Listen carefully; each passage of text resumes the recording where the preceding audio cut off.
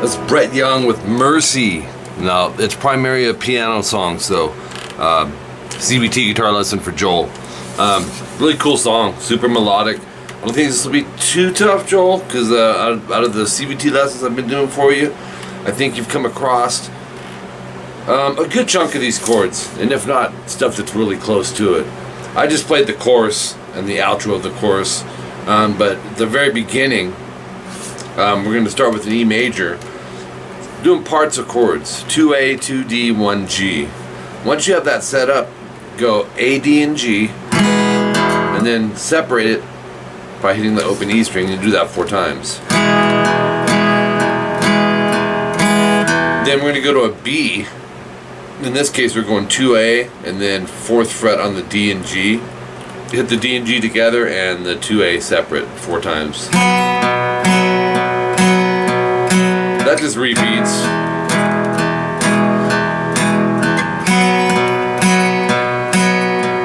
And obviously this is simplified a little bit. The piano's hitting some alternate notes and stuff in there.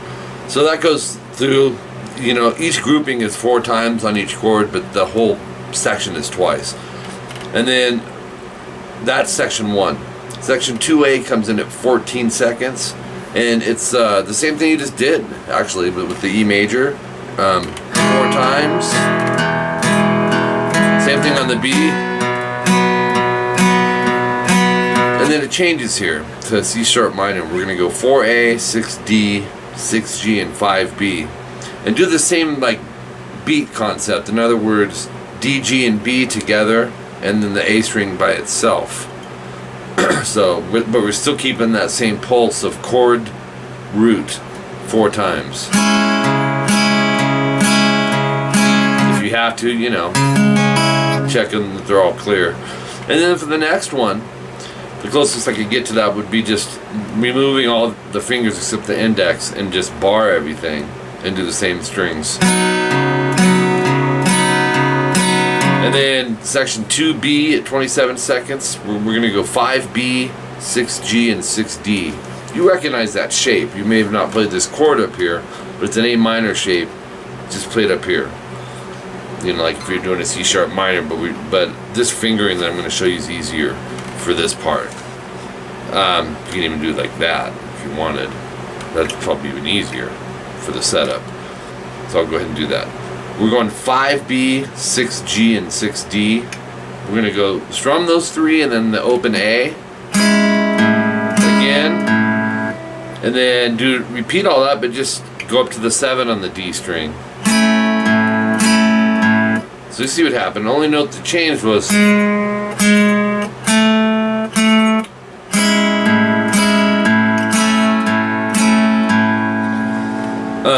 and then you'll start running into some repeats. Section 2A. The next new part is section 2C at 44 seconds in.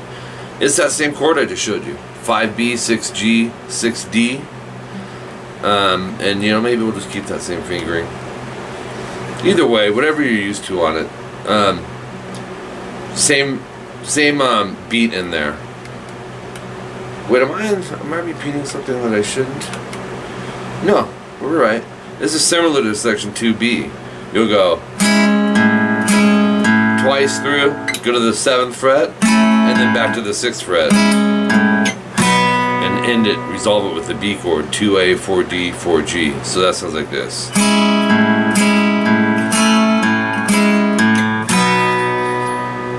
Okay, so that should all make sense to you now. That rings out in anticipation of this really cool chorus, which is C sharp minor, bar everything on the 4th fret, starting on string 5, working your way down, 6D, 6G, 5B, and try to mute string 6. The strum pattern is pretty consistent in this. We're going to go down, down, down, up, change. When we change, we're going to go to A major. You know this one. 2nd fret, D, G, and B. Hit the open A and open E with it. Same strum. This is what I started this video with when I was playing. Little things on the up strum. If you don't catch it on the chord and you just grab a couple of the high strings, don't hit them real loud, that keeps things flowing. It's not cheating, everyone does it. It's kind of a natural thing. If it's a problem getting to that transition.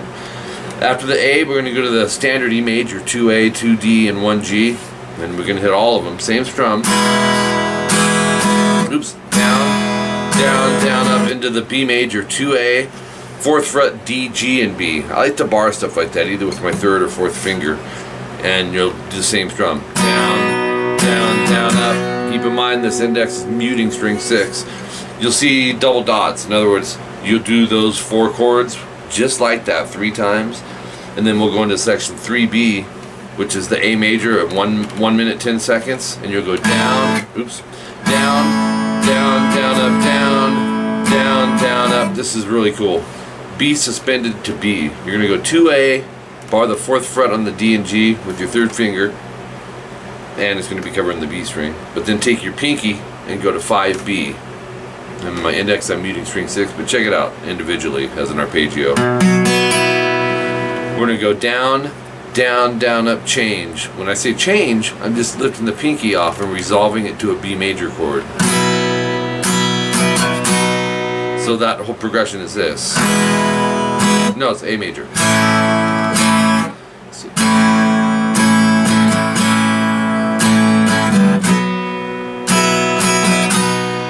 and then you're going to come across more repeats, actually a bunch of repeats.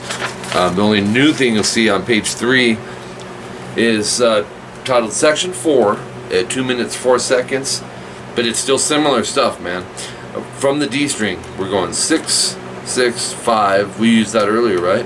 And the open high E.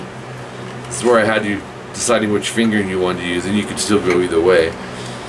Oh no, we got to change this one, Joel. This has to be done with middle, pinky, 3rd, and then we need our 1st finger on 4A. Yeah, I missed that. And you don't have to bar it, but we're gonna strum the D string through the high E, so it's that high E string is open, and then separate by going to the 4A. Do that 3 times. And we're gonna jump over to 2, 4, 4, open, open. That's on the A, D, and G. So we have, and then A major, 2 on the D, G, B. We got open A in there, but this is still following that beat concept. So we're going to strum the last 4 strings with the open A 4 times. If those end up bothering you, or you don't like how many times it's going chord, note, just strum the chord for every hit, but I think it's set up pretty good.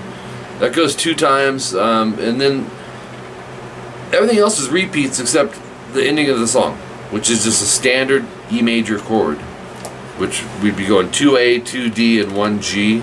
That's the middle, 3rd, and 1st finger, and just strum all 6. Little things I want you to remember, Joel, that I try to always throw in here in these lessons. At the end of a section when you're strumming, like, for example, section 3A, where we had the chorus going on. We have a set strum that we're doing, but you can always kind of change when you're leaving a section, or if you're going back to start it, like add like a little build up to it. So, I'll give you an example. I'm going to play section 3A 2 times. The first time is going to be straight the way it's written.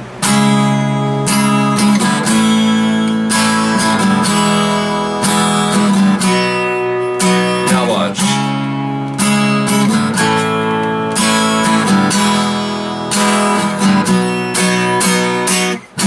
Just a little build up. I just strummed it 4 times. That gives you a little more variety when you're strumming, and can make it a little more interesting, especially if you're doing the solo thing, going out and singing and playing. So, good song, Joel. Thanks, man.